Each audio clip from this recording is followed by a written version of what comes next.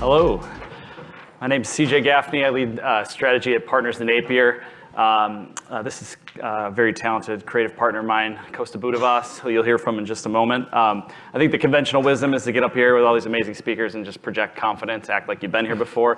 The truth is, we have not been here before. This is our first Jay Chiat Award, and I'm really excited to say that out loud. So I'm not gonna posture. I'm gonna say that we're really excited to be here, and we're especially excited to talk about what we are here to talk about. I also want to project a little bit of gratitude before we get into this. The team that worked on this, many of the people are not here, so I just want to thank them. I do want to thank our very brave, you'll see, very brave clients at Canopy Growth, and Jay Chiat for honoring us and inviting us here. Now that sappy shit is out of the way, this is where if you're wearing pearls, it's time to clutch them. Our presentation is not exactly safe for work. Ironically, we're here at a work conference, but it's going to involve some fun topics. So excuse yourself if you're easily triggered. Good. All right, so we're going to take full use of that disclaimer and get right into it right away. Today we're talking about something a little different than what most of the other presentations are about. We're talking about cannabis, pot, weed, or my personal favorite, the devil's lettuce. This is a multi-billion-dollar market that was shaped in the back alleys and side streets. And then today, you can go ahead and advance. Today it's on Main Street. We've got stores, we've got retail brands. There's a whole lot of progress. It's been a really messy rollout legalization. There's a lot of equity work to be done in the space. But the best part about this product moving from kind of the side streets to Main Street is now there's brands, at least self-servingly. That's why we're here. We get to start shaping perception and start educating people and kind of building brands around this product category. Yeah. And the brand that we're specifically here to talk about is a brand called Ace Valley. It's a cannabis brand based in Canada. And they're really anchored historically in identifying need states, right? They have this philosophy of being ready to enjoy, but their whole product development was always around, what is the right product to fit a cannabis weed state, whether it's to help you sleep, whether it's to help you unwind, whatever it is, it's a universal need state that they try to fit. And really, it's an elevated brand. They really don't play down in the traditional stereotypes. They love to elevate the conversation around cannabis. So, fantastic partner to work with. And the benefit of having decades of counterculture that shaped this product category is that there's lots of sticky, memorable pieces that you can build on. So it's what we call like a target-rich environment. So we borrowed a little bit of a game show we probably see too much of, Family Feud. Why doesn't everybody shout out? What are the top associations come to mind when you think of weed or cannabis? Topics and things. Tie-dye. Snacks. Yep, lots of stoner stereotypes. Yeah. Smoking, like laughing, music, all the things, right? These are all like really great, really sticky pieces you could use to build a brief, build some really beautiful work.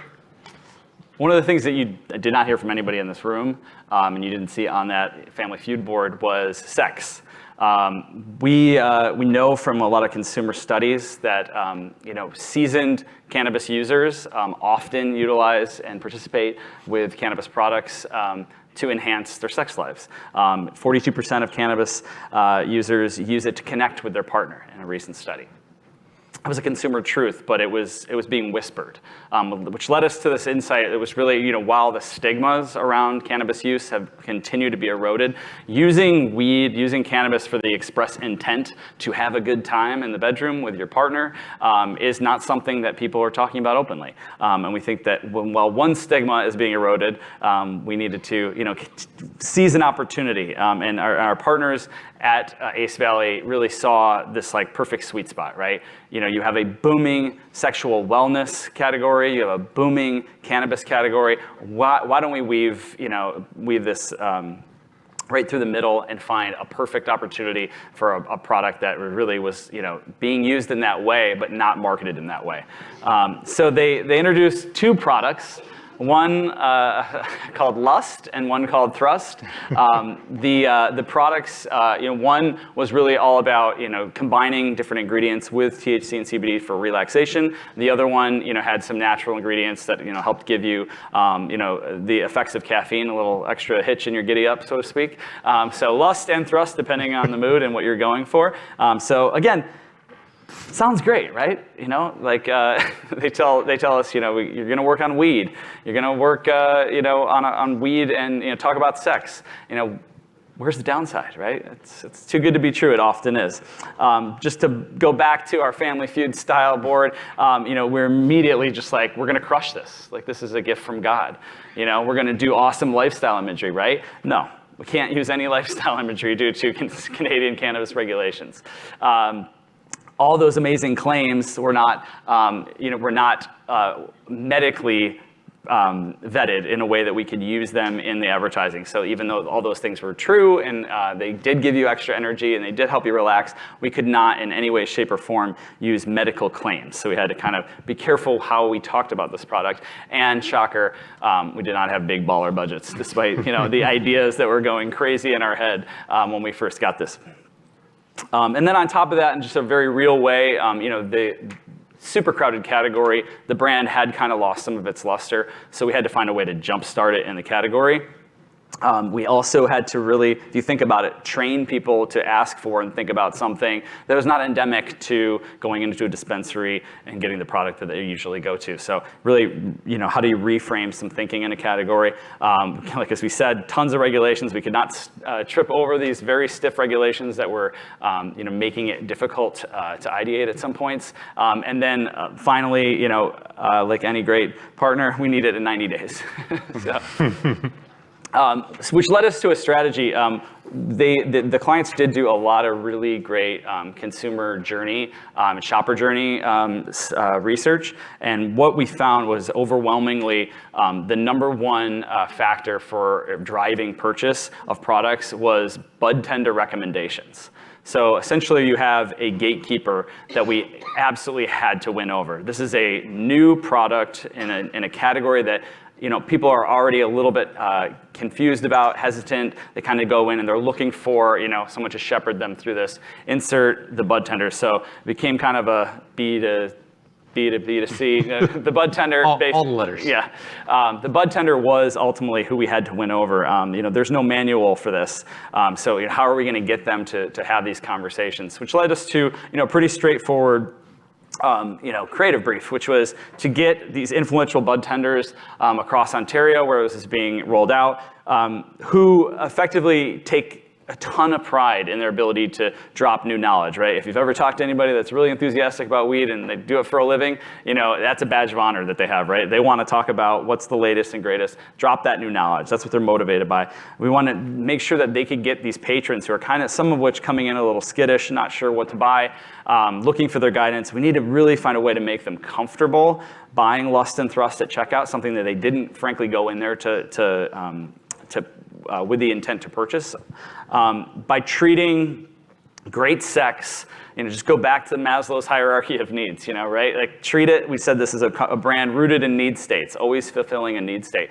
We went ahead to treat great sex like the universal need state it was, just like any other, just the same way you'd be like, oh, I've got aches and pains, or I'm having trouble sleeping and relaxing. We want to make sure that great sex was just another thing that a bud tender could have in their arsenal to ask and inquire about in terms of matching them to the right product. And that's not all. So on top of that, as if we didn't have enough regulatory and budget and time constraints, we had a really tight brief. We knew what we had to do and who we had to win over. But our clients had a couple of extra, kind of layers on top, things that we had to make sure we were mindful of. This is a tricky space, especially in 2022, 2023, having conversations around intimacy and all those things that go with it. We had to be incredibly inclusive and open-minded. We had to think about people of all lifestyles, all walks of life. We needed to be fun and informative. So part of destigmatizing this conversation was making sure that we were teaching people, that we weren't just being crass for the sake of it. So being clever without just being crude for the sake of it is important. And then being sex positive. This is the biggest way you can demystify some of these things is to just, like pop the bubble and really just be positive about it from top to bottom. So we needed a campaign. We needed something that was going to start a conversation with bud tenders in a store that was going to be comfortable and inclusive and approachable and sex positive. And we needed to kind of arm both sides, the consumer and the B2B market, to have that conversation. And so we didn't just need like a regular campaign or a good campaign. We needed a campaign that was, Ace Valley as fuck. And the minute that this came up in a creative review, we knew there was something special. We had an art director that just slid those gummies over the F word, and we were like, oh my God, that's amazing. That actually carries so much water for us, because we couldn't say the word for obvious reasons, but you could allude to it, and because it's profane and because it has so many connotations, it can convey emotion, it can convey an action, it can carry a whole lot. So we started here, but even that wasn't quite right. I mean, this is, it's okay, it's kind of cute, it's kind of clever, but what is it really saying? How is it teaching you? It's a little bit of a cheap trick. So then the real unlock was when we had a really brilliant copywriter of ours who started writing a lot of headlines. She started speaking in human truths, and she framed up those human truths in a way that made it feel like it was your mind reading it. This is just a true statement. This is something we're all thinking and feeling, but because of the way that it's written, you hear it in your mind's eye, your mind's voice. And that means that it's inherently more inclusive, means it's inherently more impactful and private. Even if you see these things when you're walking down the street, you read that, and that's a private thought it's like a guilty pleasure. It's that inner monologue between you and the ad. We're not telling you how to feel. We're not showing you. We're just planting the seed in your brain and letting you do what, represent it however you decide to represent it. And it's just like, these are all real honest moments. So that's great. That gets everyone starting and thinking about sex and cannabis. I think they did a lot of work to demystify and destigmatize the conversation, getting people to the store. But then there's another side of this problem, which is, it's not like bud tenders had a manual for how to have an open and inclusive conversation around sex and cannabis in the store. Bud tenders come from all walks of life. They're not super well paid, again, like despite some of the myths that we might have around cannabis. And so it's like, all right, how do we train people really quickly and give them a crash course in how to have this conversation in a responsible way? So enter the Kana Sutra. Where I said there was no manual, unless we made one. Until we made one. So Kana Sutra was a bud tender's guide to talking about sex and cannabis. It was a series of cards and probably the bravest direct mail campaign that I've ever been a part of. So kudos to our creatives for coming up with it, our clients for buying it, and really the market. Like, the goal was to create a piece of direct mail that people fought over, that was coveted, that taught people something, that was informative. And so we had a lot of playful fun on the front with inclusive illustrations representing a whole lot of different lifestyles, and also just having, kind of some fun wordplay to draw people in.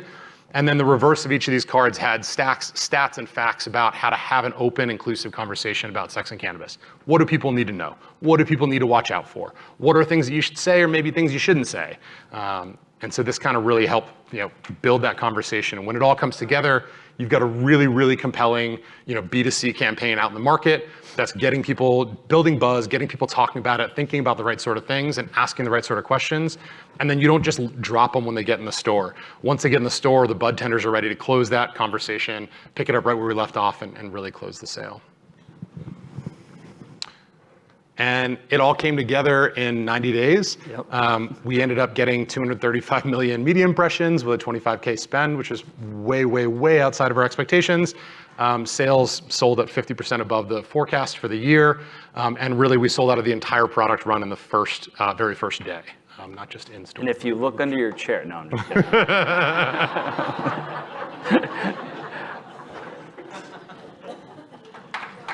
Good.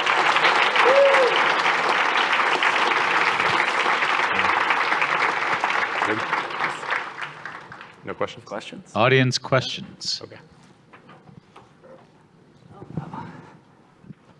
What were your thoughts when you were first handed this? When they were like, this is what we want, what first ran through your minds? I was in that days of, this is the best opportunity.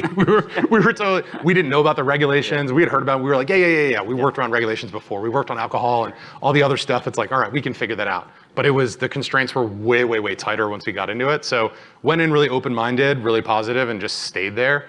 I think the most rewarding part of it was when we presented that idea, the client didn't let us finish the presentation.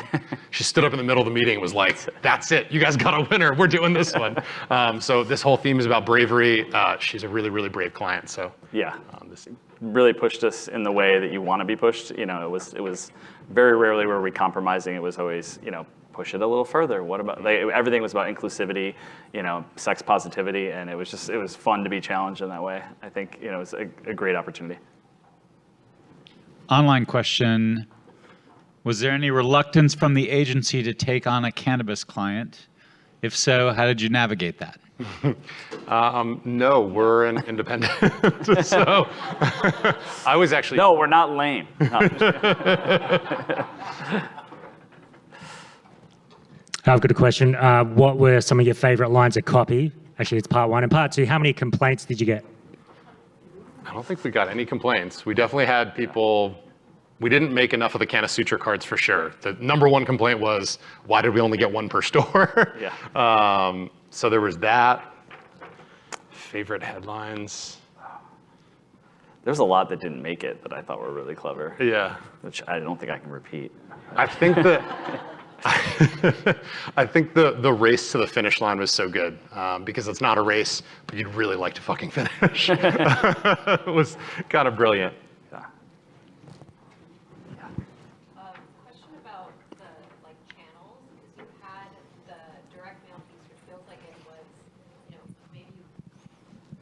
maybe you could have printed more if you just did direct mail without the out of home. But how did you make the case for that big start kind of to get attention at the beginning? I mean, it just goes back to that moment at, again, no one was going into the stores looking for that product, and the dispensary experience, the ecosystem of going in, it's like, sometimes it's a double door situation. You're kind of going in, and then in many cases, you're kind of at the mercy of, well, not the mercy of, they're asking, for advice. And so it was really all about focusing on those bud tenders, because they're ultimately going to spark the dialogue, show them the product, maybe hand them the cards to get them laughing and open up about it. So it was so focused on that, those last 6 inches like you would normally talk about in CPG, but just in a very different environment, that it was all about how do we arm these bud tenders to drop knowledge on something that is not about a strain or a flavor or a feeling. It was like a completely different dialogue, which I'm sure they were very excited to talk about something new too. But it was just so focused on that, which is why it was, I think that the channel and budget limitations were mainly just because we just had to nail that piece because they were true gatekeepers in this instance. Got one more in the back. Have other brands followed the lead of your clients in terms of product development? Oh, we just saw. Yeah, we just saw one in the US here for a different competitor. There's a couple more in Canada. So yeah, this is definitely a booming market segment. Yeah, saw some Instagram. Especially in the ads edible recently. space. One right here first. So I wonder, I worked on CBD for a tiny bit and it was miserable because every platform had to be changed because of the regulations of the platforms we were trying to advertise on. We would have to pivot, copy, Yeah. The littlest thing all the way up to the largest would we even be allowed on platforms. And I'm wondering, that first idea that kind of came to y'all from the art director, that was just able to go through? How many rounds of kind of revisions did that work need to go through to make it to the world? Or was it really kind of a shot in the dark and then you just fought it and it got through onto all of these platforms on the web and, in the real world? I'm just wondering how that process worked from a strategic kind of founding to all the way into the world. Yeah, heavy limitations per platform. So it was a Canadian brand. There's different Canadian regulations for advertising and out-of-home and some of those things. For cannabis marketing, anything's allowed inside the store or in places that are age-gated. So you had a lot more latitude there. And then the stuff that wasn't age-gated, Instagram and some of the other ones, we just had to be really mindful about how much we said, how prominent the disclaimer was, kind of some of those things, and direct people to resources. So definitely restricted, and some of the work did get pulled down off of Instagram and Twitter. It's really the digital placements get a lot trickier because there's different laws. They're US companies. They want to be beholden to US laws and sensitivities. So everything's a little different channel by channel. Yeah. But yeah, it was a struggle. It wasn't easy. So my copy-driven idea makes a lot of sense. There's so many regulations. Did you intentionally schedule this so you'd be answering questions at 4:20? Oh, but that's so good. Well played. Maybe the people at the 4As did. That's amazing. One more question from the web. What advice do you have about getting closer to the truths that people whisper about? How would you advise other people about that? Reddit. They're not quiet there. No. I mean, it's not a revolutionary piece of advice. It's just speak to the source. I think that's just like a philosophy we talk about all the time. We always try to bake it into our process at Partners Napier. Like, just be a zealot about like always speak to the source. Like don't just rely on the data. Start talking to people out in the world, or and in different forums digitally that you can. But just speak to real people that are really sort of your audience. I think, again, not new news, but it's effective. Love it. Well, that was fucking awesome. Thank you. Thank you.